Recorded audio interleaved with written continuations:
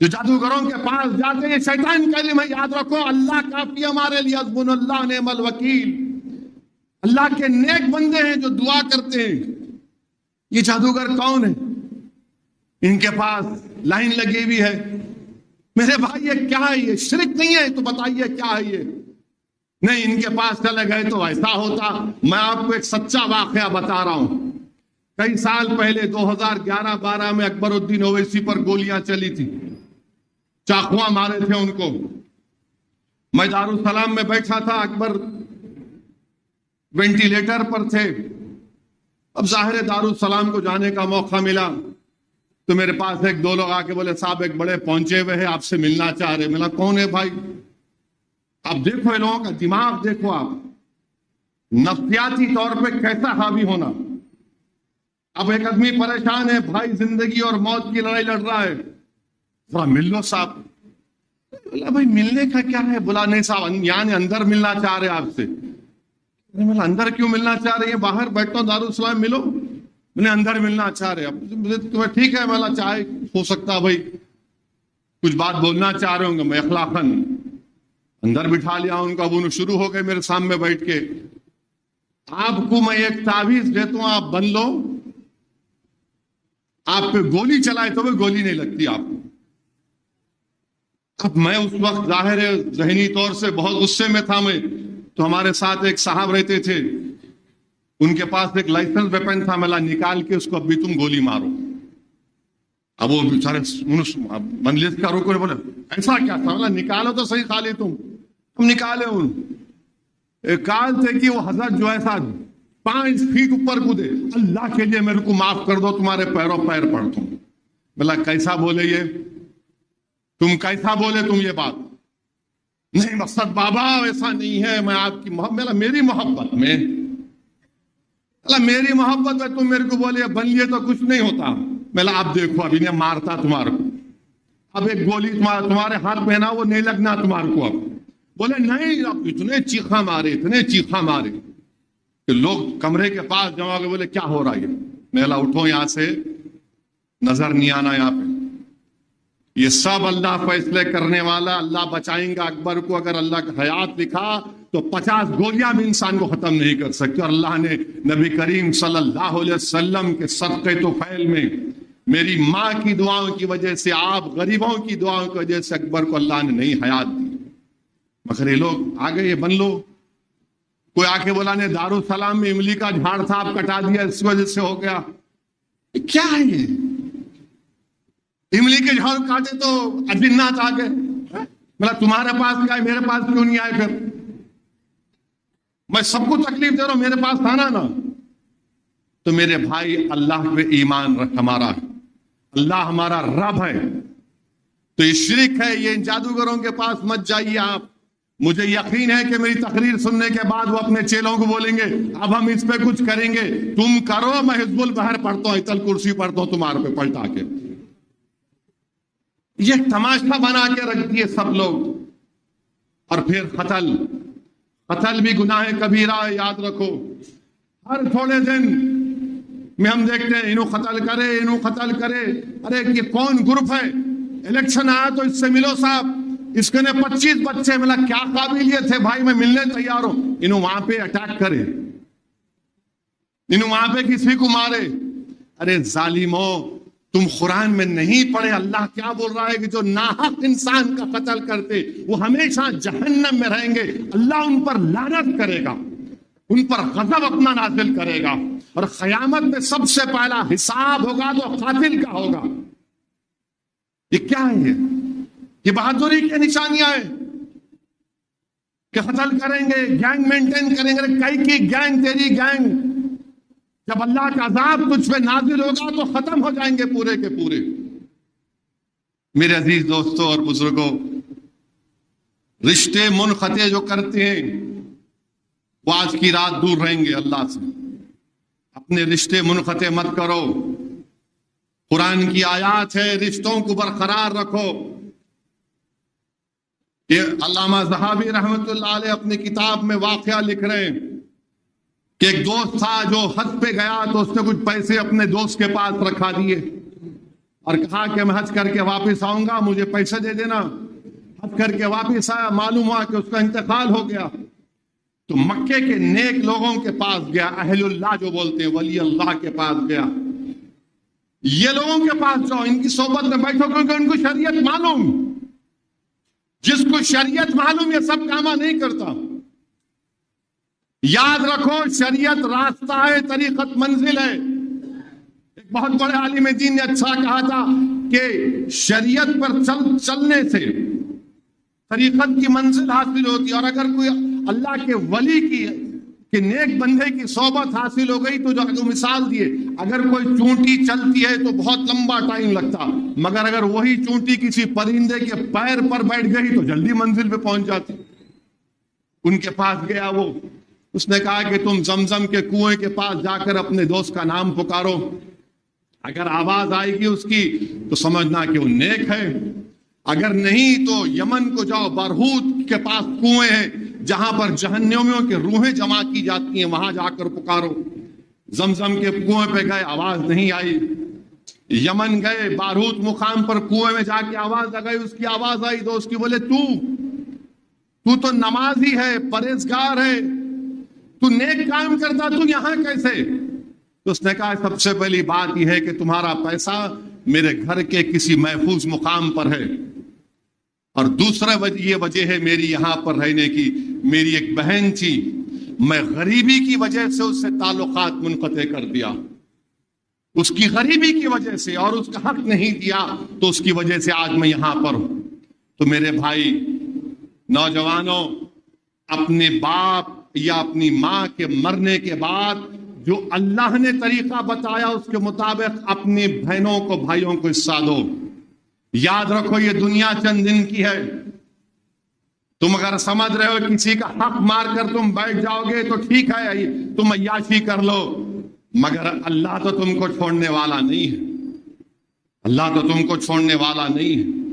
اسی لیے میرے عزیز دوستوں اور بزرگوں، آج کی رات رحمت اور مغفرت والی رات ہے، توبہ کرنے کی رات ہے۔ حضرت ابو ہریرہ رضی اللہ تعالی عنہ حدیث شریف ہے کہ عشاء کی نماز رسول اللہ صلی اللہ علیہ وسلم کے ساتھ پڑھ کر نکلے، اور راستے میں حضرت ابو ہریرہ جا رہے تھے، ایک عورت ملی اور بولی ابو ہریرہ مجھ سے گناہ ہوا کہ اللہ مجھے معاف کرے گا۔ انہوں نے پوچھا تجھ سے کیا گناہ ہوا؟ اس نے کہا مجھ سے اتنا بڑا گناہ ہوا کہ اس گناہ کی وجہ سے ایک اولاد پیدا ہوئی، میں نے اس کو بھی قتل کر دیا۔ حضرت ابو ہریرہ نے کہا کہ تو ہلاک ہوئی، تو نے اس بچے کو ہلاک کیا، تیری کوئی توبہ نہیں۔ پھر بعد میں حضرت ابو ہریرہ کو خیال آتا ہے کہ میں نے کیا کر دیا یہ بات بول کر، جبکہ اللہ کے رسول صلی اللہ علیہ وسلم ہے رحمت اللہ عالمین صلی اللہ علیہ وسلم کے سامنے جا کر کہا یہ واقعہ، اللہ کے رسول صلی اللہ علیہ وسلم نے کیا فرمایا کہ ابو ہریرہ تو ہلاک ہوا، اس عورت کو بھی ہلاک کر دیا۔ کیا تو نے سورہ فرقان کی آیات کو نہیں پڑھا جس میں اللہ یہ فرما رہا ہے کہ جو گناہ کرتے، ایمان لاتے، اچھے کام کرتے، اللہ ان کے گناہوں کو نیکیوں میں تبدیل کرتا، اور اللہ بڑا بخشنے والا ہے۔ حضرت ابو ہریرہ جب یہ قرآن کی آیات کو سنتے یاد کرتے ہیں، وہ مدینے کی گلیوں میں دوڑتے ہیں دیوانوں کی طرح، بچے سمجھتے کہ حضرت ابو ہریرہ دیوانے ہو گئے۔ اس عورت کو ملتی ہے، بولتے ہیں دیکھو اللہ کے رسول صلی اللہ علیہ وسلم نے فرمایا تم توبہ کیے؟ اس نے کہا ہاں میں نے توبہ کی، اللہ کے رسول صلی اللہ علیہ وسلم نے خوشخبری دی۔ تو عورت اپنے توبہ کر دی، اور اپنے توبہ کی خوشی میں کہی تھی کہ میں یہ باغ اللہ کے رسول صلی اللہ علیہ وسلم کو دیتی ہوں، دیتی نہیں بلکہ کہتی میں اس باغ کو غریبوں میں صدقہ کرتی ہوں۔ تو میرے بھائی اپنے ماں باپ کو راضی کرو، یاد رکھو چند دن ہے دنیا کے، ایک بار ماں چلے گئی، باپ چلے گیا تو سب چیز مل سکتی دنیا میں، باپ نہیں مل سکتا، یاد رکھو۔